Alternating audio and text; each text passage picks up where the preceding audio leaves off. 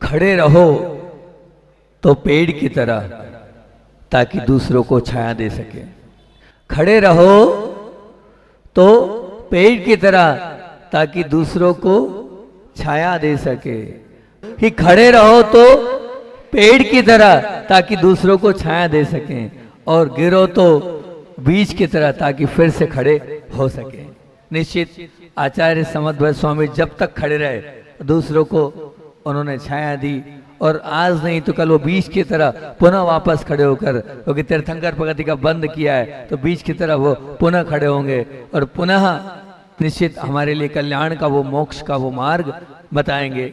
और पहले कल का क्रीम कोटेशन आपके बीच में रखते हुए बाकी की बात प्रारंभ करता हूँ कि कल छुल्लक जी ने पूरे प्रवचन को नोट डाउन करते हुए अच्छी बात बोली कि मोबाइल फोन भी धर्म का अच्छा धर्म प्रभावना का अच्छा अंग बन सकता है। प्रतिदिन एक आगम वाक्य स्टेटस पर जरूर लगाएं। तो कल मैंने निवेदन, आवेदन, आदेश, उपदेश सब कहा था कि एक एक लाइन का स्टेटस लगाएं। कितने लोगों ने लगाया? बाकी सब लोग ऐसे ही हैं, कोरे हैं, बाकी लोगों ने नहीं लगाया। मेरी मांग है, मेरी अपेक्षा है, आप बहुत अच्छे से सुने और एक एक लाइन का स्टेटस लगाएं तो बहुत अच्छी बात है कि, और रोज एक लाइन का तो बोलना ही है। कल की बारी भैया जी लोगों में से हमारे, हाँ ठीक है, भैया जी की बारी है कल की, ठीक। कल वो एक अच्छी लाइन आज प्रवचन में से देखेंगे। रोज आप लोग को तो देखना ही है, लेकिन उनको देखकर यहाँ पर बोर्ड पर लिखाएगी। कल मैंने आप लोगों से चर्चा करी थी कि रत्नकंड शावकाचार जो ग्रंथ है, उस ग्रंथ पर मात्र उन्होंने नहीं, किन किन ने कलम चलाई और भावना ये व्यक्त करी थी कि जीवन पर्यंत, जब तक आपका जीवन है तब तक ये जरूर अपने मन में बिठाना कि हम सब ग्रंथों को पढ़ पाएं। तो कल मैंने आचार्य कुंद को बताया था, फिर दूसरे नंबर पर कार्तिकेय स्वामी को बताया था, तीसरे नंबर पर उमा स्वामी को बताया था, चौथे नंबर पर समद्भक्त स्वामी को बताया था, पांचवें नंबर पर महापुराण के कर्ता जिनसेन स्वामी को बताया था। फिर उसके बाद छठवें नंबर पर आपको मैं बता रहा हूं आचार्य जिनसेन, लेकिन कौन से देती, जिन्होंने हरिवंश पुराण की रचना करी है। और हरिवंश पुराण के 98वें पर्व में भगवान नेमिनाथ की जब दीवधनी खिरी, और दीवधनी खिरी तो उन्होंने जब शुभ आश्रव तत्व का वर्णन किया, तो शुभ आश्रव के उस वर्णन में उन्होंने श्रावक धनु का विस्तृत वर्णन किया। बिल्कुल जैसे तत्वार्थ सूत्र का पूरा अनुगमन करते उन्होंने वही अनुवद शिक्षा व्रत को बहुत अच्छे से वहां पर वर्णन किया। तो छठवें नंबर पर अगर आपको पढ़ना है हरिवंश पुराण का वह पर्व जब नेमिनाथ भगवान अपनी दिव्य ध्वनि में श्रावक धर्म का उपदेश दे रहे हैं। शुभ आश्रव और पाप आश्रव दो आश्रव होते हैं, और शुभ आश्रव का कारण उन्होंने श्रावक धर्म को अपने उपदेशात्मक दिव्य ध्वनि में उस हरिवंश पुराण में बताया। फिर उसके बाद अगर देखना है तो 7वें नंबर पर हम बता रहे हैं आचार्य सोमदेव। तो आचार्य सोमदेव सूरी जिन्होंने यशस्वी चंपू के अंतिम 3 उच्छ्वासों का नाम क्या रखा है, उपासका अध्ययन। उपासका अध्ययन रखते हुए उन्होंने निश्चित रूप से उन सब में अष्टांग मतलब पूरा का पूरा ये कहना चाहिए कि पूरी कथाओं के माध्यम से 8 अंगों की कथाओं के माध्यम से और साथ साथ 12 श्रावक के व्रतों को बहुत अच्छे से उन्होंने बताया, और साथ साथ में उन्होंने समुद्रभद्र के समस्त अनुव्रत और सब प्रकार के उन्होंने लिया। और एक विशेष उन्होंने ये किया है कि आपने जिन पूजा का समावेश सामायिक शिक्षा व्रत में किया, पूजन को उन्होंने सामायिक शिक्षा व्रत में रखा। थोड़ा सा इस विषय में उनकी शैली अलग से निराली है। वो कहते हैं कि आप लोग पूजा कर रहे हैं ना, सब लोग पूजा करते हैं, लेकिन ऐसा मानना है कि पूजन की विधि, पूजन का तरीका अगर सबसे अच्छा किसी ने वर्णन किया है तो आप लोग पूजन करते हैं तो आचार्य सोमदेव सूरी का यशस्वी जो तिलक चंपू काव्य, उसमें उपासका अध्ययन में पूजा का विशेष वर्णन है। श्रावक की पूजा का कैसी कब किस प्रकार करना है उसका विशेष वर्णन इसमें उन्होंने कहा है। फिर 8वें नंबर पर आती है बारी आचार्य देवसेन स्वामी की। जी हाँ, आचार्य देवसेन स्वामी ने भाव संग्रह नामक ग्रंथ में जब पंचम गुण स्थान का वर्णन आया, सिद्धांत ग्रंथ है, जब पंचम गुण स्थान का वर्णन आया तो बहुत अच्छे से उन्होंने आचार्य सोमदेव सूर्य के समान ही पूरी 250 गाथाएं, मेरे ख्याल से अभी तक का सबसे बड़ा संकलन होगा श्रावकों पर, 250 गाथाओं में किया और उन अनुव्रत शिक्षाव्रत को अलग अलग नाम लिख के करके उनके अत्याचारों की भी चर्चा करी सोमदेव आचार्य देवसेन स्वामी। अब ये 90 नंबर पर बोल रहा हूं मैं आपको, भाव संग्रह नामक ग्रंथ में लिखा है किन्ने, आचार्य देवसेन स्वामी ने। फिर उसके बाद आप 90 नंबर पर आए तो 90 नंबर पर अब आचार्य अमित गति, आचार्य अमित गति हुए, बहुत अच्छा संस्कृत भाषा के प्रकांड विद्वान हुए वो, और उनने जो उनके रचित ग्रंथ में एक उनके नाम से लिखा है, अपने नाम से लिखा उन्हें, अमित गति श्रावकाचार, अमित गति श्रावकाचार ये ग्रंथ उन्होंने लिखा है। और 14 परिच्छेद में ये ग्रंथ अमित गति श्रावकाचार 14 परिच्छेद में ये लिखा है, जिसमें पूरा श्रावकाचार का वर्णन उन्होंने बहुत अच्छे से उमा स्वामी की तरह करा है। फिर उसके बाद 10वें नंबर पर आती है बारी समय सार आदि के जिन्होंने टीका करी है, ऐसे अमृतचंद आचार्य महाराज। और अमृतचंद आचार्य महाराज ने पुरुषार्थ सिद्धि उपाय में निश्चय और व्यवहार का समन्वय बताते हुए बहुत सुंदर वर्णन किया है। और इनके ग्रंथ की खासियत, अमृतचंद जी स्वामी के ग्रंथ की आपको एक बहुत विशेषता बताता हूं, इन्होंने अहिंसा धर्म का उल्लेख बहुत ही अच्छे से किया है। जो इसको एक बार पढ़ लेगा वो हिंसा से भयभीत हो जाएगा, जो इसको पढ़ लेगा। पुरुषार्थ सिद्धि उपाय नाम का ग्रंथ है, बहुत सुंदर वर्णन इस ग्रंथ में उन्होंने किया है। फिर उसके बाद आपके लिए बारी आती है आचार्य वसुनंदी महामुनि राज की, और वही परंपरा उनने भी चलाई और अपने नाम से उन्होंने वसुनंदी श्रावकाचार लिखा। तो ये वसुनंदी श्रावकाचार है, इसमें भी बहुत अच्छा प्रतिमाओं का, श्रावक धर्म का वर्णन किया, पूजा का, जिनबिम प्रतिष्ठा आदि क्रियाओं का वर्णन आपको मिलेगा। उसी प्रकार से शिक्षाव्रत उन्होंने रखे, लेकिन यहाँ थोड़ा सा शिक्षाव्रत में उन्होंने भोगव्रत, उपभोगव्रत, अतिथि विभाग और संलेखना को रखा, क्योंकि सामायिक और पुरुषद को उन्होंने शिक्षाव्रत नहीं रखा। उनका कहना ये प्रतिमाएं तो आती है, उन प्रतिमाओं में उनका वर्णन हो जाएगा, उन्होंने शिक्षाव्रत में थोड़ा सा यहाँ पर परिवर्तन उन्होंने किया है। उन्होंने सामायिक प्रतिमा में भी सामायिक को नहीं माना, उन्होंने क्या कहा, 3 टाइम भगवान की वंदना करना, उसको उन्होंने यहाँ त्रिकाल वंदना को यहाँ पर सामायिक माना।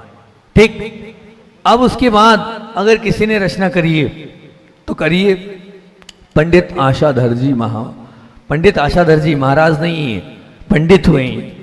और मानना इतने प्रकांड विद्वान आशाधर जी हुए हैं कि उन्होंने श्रावक के लिए तो लिखा ही लिखा, लेकिन मुनियों के लिए लिखा। उनके 2 ग्रंथ प्रसिद्ध है, सागर धर्मामृत और अनगार धर्मामृत। हमारे लिए अनगार धर्मामृत और आपके लिए सागर धर्मामृत। बहुत अच्छा उन्होंने इसमें प्रतिपादन किया, और उन्होंने जैसे जिनसेन आचार्य महाराज ने महापुराण में किया, वैसे ही पूरा का पूरा वर्णन यहाँ पर उन्होंने किया। संलेखना का वर्णन आचार्य श्री कहते थे, पढ़ना है तो सागर धर्मामृत से पढ़े। बहुत सुंदर संलेखना का वर्णन उन्होंने किया है। 7 व्यसनों पर बहुत अच्छा उन्होंने लिखा है, उनके अतिचारों को लिखा है कि क्या होते हैं, सबका बहुत सुंदर वर्णन उन्होंने किया है। किन्ने, आशाधर जी ने। कौन सा धर्म है, सागर धर्मामृत, ठीक है ना। तो ये सागर धर्मामृत आप लोगों का ग्रंथ है। फिर उसके बाद 13वां पंडित, वो भी पंडित हुए, पंडित राजमल जी। इन्होंने लाटी संहिता नाम का एक ग्रंथ लिखा है, और इस पर भी श्रावकाचार का उन्होंने अच्छा वर्णन किया है। पंडित राजमल जी हुए, लाटी संहिता नाम के ग्रंथ में उन्होंने अच्छा वर्णन किया है, और कहते हैं कि विचारणीय आपकी जितनी भी लेखनी है निराली थी। उन्होंने 7 सर्गों में, सम्यक प्रकरण में, सैकड़ों श्लोकों में इसका पूरा वर्णन किया है। और अब बारी आती है कि अंतिम 14वें नंबर पर कवि मेघावी। ये भी इन्होंने एक धर्म संग्रह श्रावकाचार्य नाम का ग्रंथ लिखा है, जो कि श्रावक धर्म का बहुत सुंदर यथोचित वर्णन करता है। ऐसे मैंने आपको 14 ग्रंथ बता दिए, और भी ग्रंथ हो सकते हैं, जितनी मेरी जानकारी में आए उतने ग्रंथ आपके बीच में रख दिए, और मेरे ख्याल से आप 14 ग्रंथ में आपकी पूरी जिंदगी हो जाएगी, पूरी जिंदगी निकल जाएगी 14 ग्रंथ पढ़ते पढ़ते। अभी जितना समय बचा है एक एक करके पढ़ते जाना, तो आपको निश्चित आखिरी तक आपकी समाधि तो निश्चित रूप से बहुत अच्छे से हो जाएगी इन 14 ग्रंथों के माध्यम से। बहुत सुंदर ये 14 हैं। और जैसे मैंने कहा कि आचार्य श्री कहते थे कि जीवन के अंत समय तक एक चारित्र ग्रंथ को पढ़ना है, तो आप बार बार तो इसको पढ़ोगे नहीं, रत्नाकर श्रावकाचार्य को। तो शुरुआत से आप ऐसे पढ़ते चलना, इसको किया फिर इसको किया फिर इसको, फिर 14 ही ग्रंथ को पढ़ना। जिस एक वचन आपको दे रहा हूँ, साधु के मुख से निकला वचन है, और गुरु जी को याद करते हुए ये वचन दे रहा हूँ। जब जब भी मैं मेरे गुरु को याद करके वचन देता हूँ, निश्चित वो वचन सफलीभूत होता है। वो वचन, क्योंकि मैं आचार्य श्री को याद कर रहा हूँ, मैं नहीं बोल रहा हूँ, मेरे मुख से जो वाणी निकलेगी वो गुरु जी बोलेंगे, जिन्होंने इन 14 ग्रंथों का जीवन पर्यंत आंदोलन कर दिया। मैं कह रहा हूं उसकी निश्चित समाधि संलेखनावरण होगा, उसका समाधि और संलेखनावरण निश्चित रूप से होगा। हर एक लेखक की अलग अलग कला होती है, हर एक बात वही है, लेकिन उसी बात को हर एक व्यक्तित्व अपने ढंग से प्रस्तुत करता है, अपनी खुद की शैली होती है। मैं जो बात बोल रहा हूँ वो अलग, भैया जी जो बात बोलेंगे वो अलग, तो निश्चित मानना कि ग्रंथ वही, विषय वही, लेकिन विषय वस्तु रखने की प्रस्तुति कई गुना अलग होती है सबकी। तो आप अपने जीवन काल में 4 अनुयोग हैं, प्रथमानुयोग, करणानुयोग, चरणानुयोग और द्रव्यानुयोग। ये चारों अनुयोग बड़े ही सुंदर अनुयोग माने जाते हैं, और कहते हैं कि ये 4 अनुयोग में प्रथमानुयोग, करणानुयोग, चरणानुयोग, द्रव्यानुयोग की जो चर्चा है, उसमें आप मान के चलना, अगर आप चरणानुयोग से जुड़े, आप अगर चरणानुयोग से जुड़े तो क्या होगा। मैं आपसे प्रश्न पूछता हूँ कि चरणानुयोग से जुड़े तो क्या होगा, कोई बताएगा? चरणानुयोग से जुड़े तो आपके जीवन में क्या परिवर्तन आएगा? कुछ परिवर्तन आएगा क्या? चरणानुयोग से जुड़ने से आएगा क्या परिवर्तन आएगा? क्या परिवर्तन आएगा, कोई बताएगा? हाँ जी, चारित्र में परिवर्तन आएगा। और कुछ? अच्छा, प्रथमानुयोग को पढ़ने से क्या होगा? हाँ, प्रथमानुयोग से वैराग्य आता है। करणानुयोग से 3 लोग का, चरणानुयोग से हाँ, चरणानुयोग से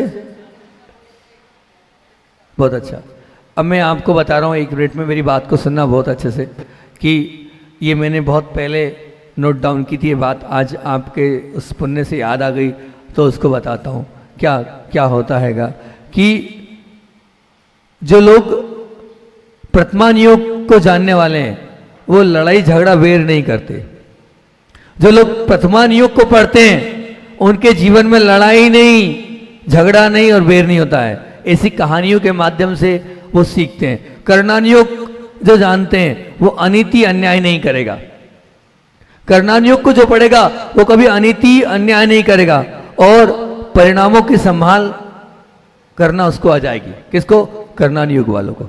और जो चरणानुयोग पढ़ेगा, ध्यान रखना, वो कभी भी चरणानुयोग पढ़ेगा वो कभी बीमार नहीं होगा। क्यों महाराज जी? क्योंकि जो चरणानुयोग पढ़ेगा वो आहार शुद्ध और सात्विक करेगा, और जब शुद्ध और सात्विक मर्यादित आहार करेगा तो कोई बीमार नहीं होगा। आप अगर बीमार नहीं होना चाहते हो तो चरणानुयोग को पढ़ो। और द्रव्यानुयोग, अगर दैवानुयोग को पढ़ोगे तो संयोग वियोग में विकल्प करेगा ही नहीं। मैं आत्मा हूँ, मैं शरीर हूँ नहीं, ये सब कुछ मेरे है नहीं, ये द्रव्यानुयोग से आएगा, निश्चित मान के चलना। और बोलूँ तो ध्यान रखना, मन शंकाशील हो जाए तो आप द्रव्यानुयोग का प्रयोग करो। मन में शंकाएं उठे तो द्रव्यानुयोग का पढ़ो। मन प्रमादी हो जाए, चरणानुयोग को पढ़ो। मन कषाई हो जाए, प्रथमानुयोग को पढ़ो। और मन जड़ बुद्धि हो जाए तो करणानुयोग को पढ़ो। क्योंकि निश्चित, और बोलूं तो प्रथमानुयोग धर्मज्ञ पुरुषों के जीवन का निरूपण करता है। तो करणानुयोग धर्म की विशेषता को बताता है। तो चरणानुयोग धर्म के साधन अपनाने की प्रेरणा करता है, तो द्रव्यानुयोग धर्म का निरूपण करता है, वस्तु के स्वरूप का कथन करता है। निश्चित मान के चलना। और करूं इसकी कथना, तो कहते हैं पाप और पुण्य को, पाप पुण्य का फल जानू प्रथमा नियोग से, पाप पुण्य का फल जानू प्रथमा नियोग से, निज परिणति को समझूं संहारूं करना नियोग से, और निर्मल चारित्र को धारू चरना नियोग से, और कारण समय सार को जानू द्रव्या नियोग से। इस प्रकार से निश्चित मान के चलना ये चीज़ें। और अगर आपकी भाषा में बात करूं तो निश्चित की हिम्मत ना हारना ये प्रथमा नियोग सिखाता है। और करना नियोग जो है दोषानुदेशी नहीं बनने देता, मतलब दोषों को देखने वाला नहीं बनने देता। और कहूँ तो चरना नियोग प्रमादी नहीं होने देता। और कहूँ द्रव्यानुयोग श्रद्धा से कभी भ्रष्ट नहीं होने देता।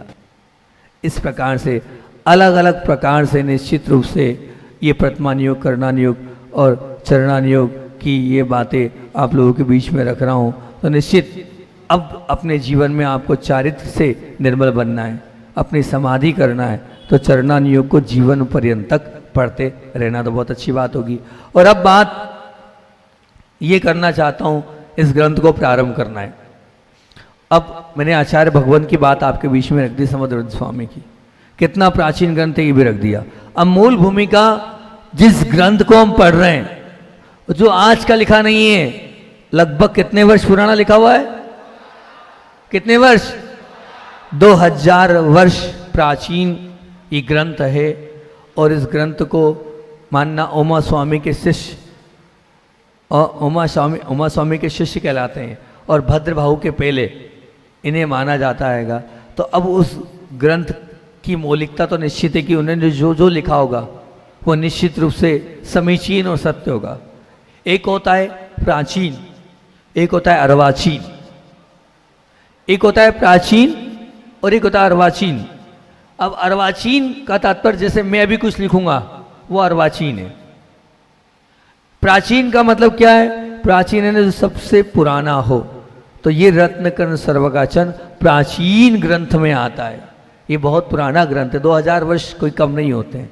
दूसरी तीसरी शताब्दी के बाद लिखा हुआ ग्रंथ लगभग ये है। तो अब इस ग्रंथ के कुल कितने अधिकार हैं, आपको ये अधिकार याद करना है। कुल 7 अधिकार हैं। कितने अधिकार हैं, 7। मतलब ये पूरा ग्रंथ 7 अधिकारों में बटा है। और ये जो 7 अधिकार हैं, पूरे 7 अधिकार हमें बहुत मन पूर्वक भाव पूर्वक पढ़ना है।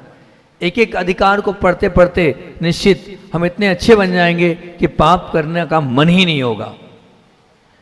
मैं लिख के दे रहा हूं, जो इस रत्नकर्ण सावकाचार ग्रंथ को पढ़ेगा उसकी पाप करने की इच्छा ही नहीं होगी। और इच्छा क्या नहीं होगी, जो वो पढ़ेगा तो उसके चारों तरफ ऐसा ओरा तैयार हो जाएगा कि इस ओरे के माध्यम से निश्चित वो गंदगी में उलझेगा ही नहीं, और अपने आप अपने जीवन को कृतार्थ करके सल्लेखना की ओर बढ़ेगा। हाँ, क्योंकि जब वो इसको पढ़ेगा तो उसको ये पता चल जाएगा कि मुझे जीवन को कैसे जीना है, मेरा जीवन किस प्रकार से मुझे जीना है। एक भाई मेरे पास आया नहीं, मतलब बहुत बार मैं जुड़ा हुआ था। और वो क्या हुआ, वो मुनि बनना चाहता था, लेकिन अपनी माँ की जिद में, इकलौता लड़का होने के कारण और पिता नहीं होने के कारण, एक छोटी बहन होने के कारण उसने मन मारकर विवाह किया। विवाह करने के पास विवाह किया नहीं, और वो आया मेरे चरणों में बैठ के रोने लगा। बोले महाराज जी, सबसे बड़ी बात तो ये कि मैंने आपको धोखा दिया। मैंने कहा क्यों, क्या हो गया? बोले महाराज जी, आपने कभी किसी से चर्चा नहीं करी, आपने कभी उपदेश नहीं दिया, आप हमेशा दिवाली की तरफ मुख पर रहे, और आपने मुझे बहुत बार समय दिया, और लेकिन मैंने आपकी समय की परवाह नहीं करी, और मैंने क्या कर लिया, विवाह कर लिया। अब मैं क्या बताऊं महाराज जी, मैं कहीं का नहीं रहा। तब मैंने उससे कहा कोई बात नहीं, तुमने इतना स्वाध्याय किया, इसका उपयोग करो। इतना कर लिया ना, शादी के बाद सीधे आचार्य के पास आना और 2 प्रतिमाओं का व्रत का पालन करना।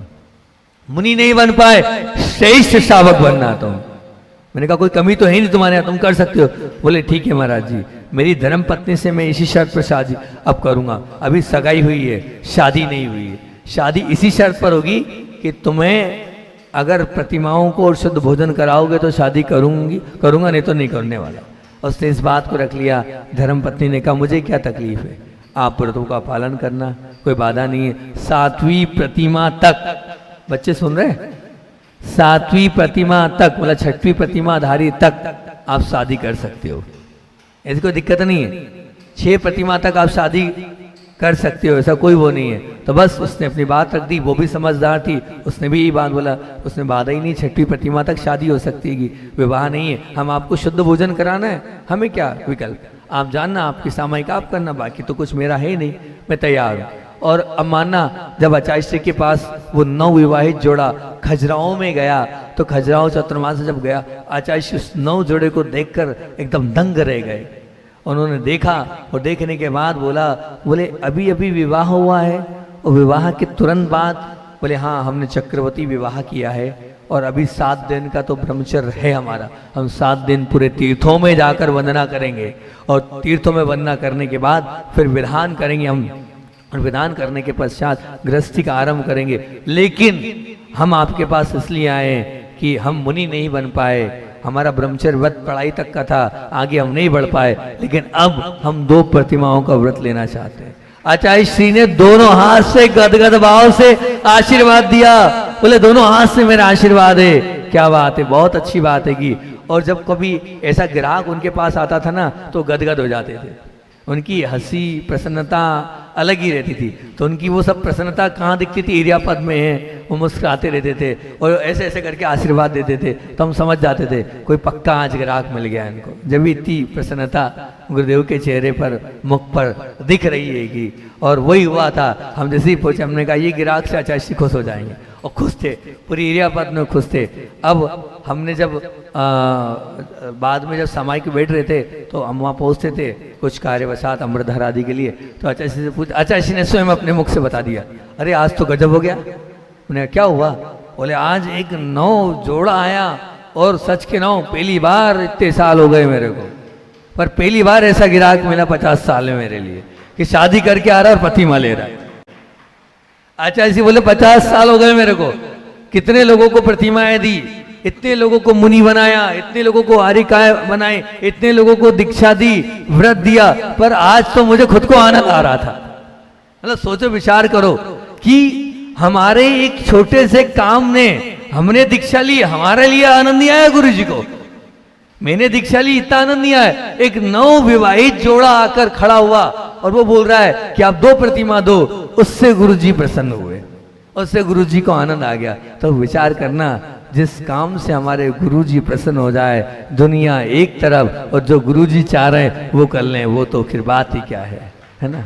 निश्चित रूप से आप भी चाहें तो ऐसा अपने जीवन में कर सकते हैं। एक आदर्श उस भाई ने प्रस्तुत किया, एक आदर्श उस भाई ने प्रस्तुत किया, आप भी ऐसा आदर्श प्रस्तुत कर सकते हैं कि नहीं, हम भी अपने जीवन को अच्छा बनाएंगे, और मुनि नहीं बन पाए तो कोई बात नहीं, चारित्र को अंगीकार करके अपने जीवन को अच्छा बनाने का प्रयास करेंगे और अपने जीवन को अच्छा बनाएंगे। नहीं हो सकता क्या? क्या पंचम काल में एक ही श्रावक है और कोई श्रावक नहीं है?